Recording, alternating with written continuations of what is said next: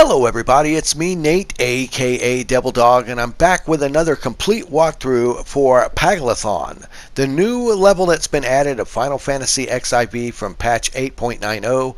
This new dungeon is a level 80 dungeon, has an item level requirement of 470 to enter, and drops items up to 505 gear. It is your standard 4-person party consisting of 2 DPSs, 1 healer, and 1 tank, and we'll get straight into it. Now, as you first enter this dungeon, you'll be greeted with your normal assortment of trash mobs. None of them are really any special sort of aspect that you'll have to deal with. If you have a good group to work together, just pull a big mob of them together, burn them down. There's no real mechanics you have to worry about here other than just watching out for random AoEs. But burn them down and you'll get to your first boss. Your first boss of this dungeon is against Amholock. I don't know if I said his name right, and I really don't care. Naturally, he has all kinds of different mechanics, and I'll go through and show you each one that you'll have to watch out for. First up is a move known as Critical Rip. That is your standard issue tank buster. Just heal the tank through it and you'll be fine.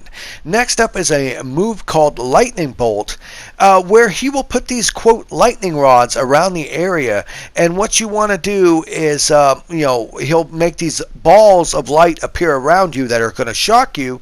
You want to stand near one of these, quote, lightning rods to attach it to it before it gets to detonate and then move out of its way to avoid taking too much damage. Next up is a move known as Electric Burst. It is an area-wide AoE that cannot be avoided. Just heal through it and you should be fine. Next up is a move that is known as Thunder Call, where these blue bubbles will form that will have these electric blasts. Now, generally, you'll just want to stay out of the way of the electric blasts as they're going off, but then he'll combine it with a move known as Wide Blaster, which is a cone frontal AoE blast followed by a jump to the other side of the arena. You'll just want to pay attention to this to avoid it, and you should be fine.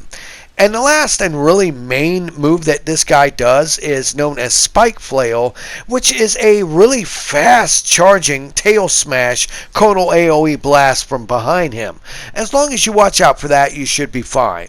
Like I said, he does Critical Rip, Lightning Bolt, Electric Burst, Thunder Call, Wide Blaster, and Spike Flail. Watch out for these moves. You'll be able to get through Amholock and get on to your next set of trash mobs. Now, for the second set of trash mobs, there's really nothing out of the ordinary you'll have to deal with. Just burn them down like normal, but you will want to pay attention because occasionally Tia, as I'm going to call her, will randomly kind of show up and kind of help you out, but you will want to avoid her blast as she helps you fight these enemies. But it's really nothing out of the ordinary that you don't see coming a mile away. Just burn down these enemies and get through these trash mobs, avoiding their random AoEs that they occasionally throw at you, and you'll be on to your second boss. The second boss of this dungeon is against the Fortress Presidium. This is a 2-part battle, and it's really not that difficult once you figure out what's going on.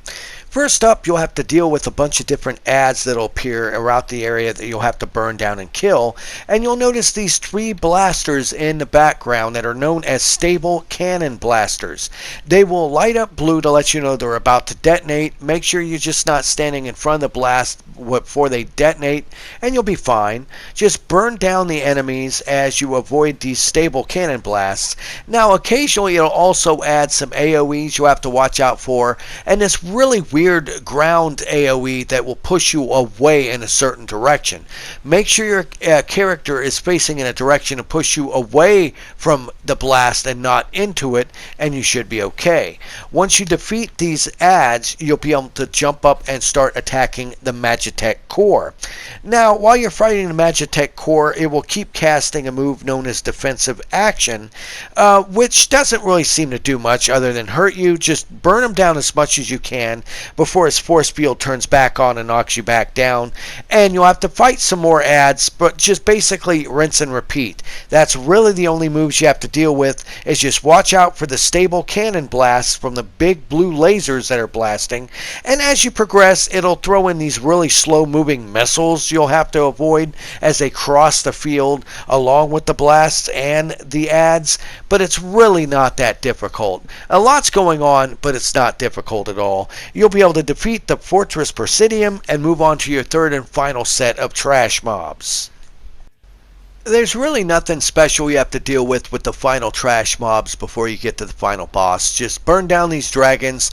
Watch out for their AoE conal blasts that they do, which can be rather large, but nothing you shouldn't really be too out of touch with dealing with. You get a nice little ride over to the final little section where you burn down the rest of the ads, and you'll finally get to your final boss battle of this new dungeon. Alright, it's time for your final battle of this new dungeon against Lunar Bahamut. This guy's got a lot of different moves, and I'll go over each one of them and show them to you. That way it helps you get through this battle. They're really not that difficult once you figure them out. First up is a move known as Twisted Scream, which is a room-wide AoE. You really can't avoid it, so just heal through it and you'll be fine. But it does occasionally add stacks to you, so just watch out.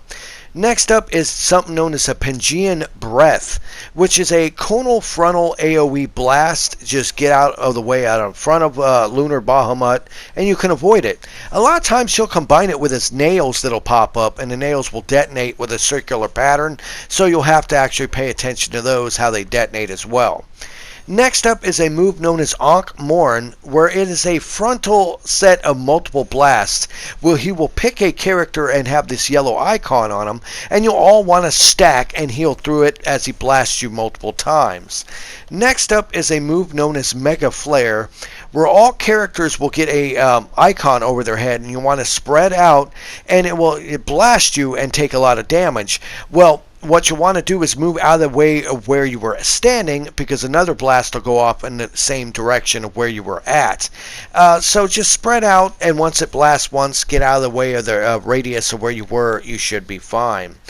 Next up, he'll do these things where these nails will pop up, followed by a frontal charge.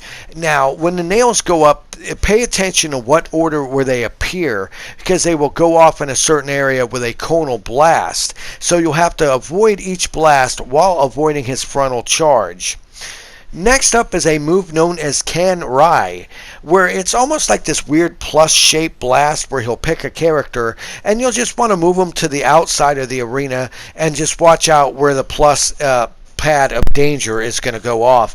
As you progress through the fight, he'll end up like picking more than one character to do this to.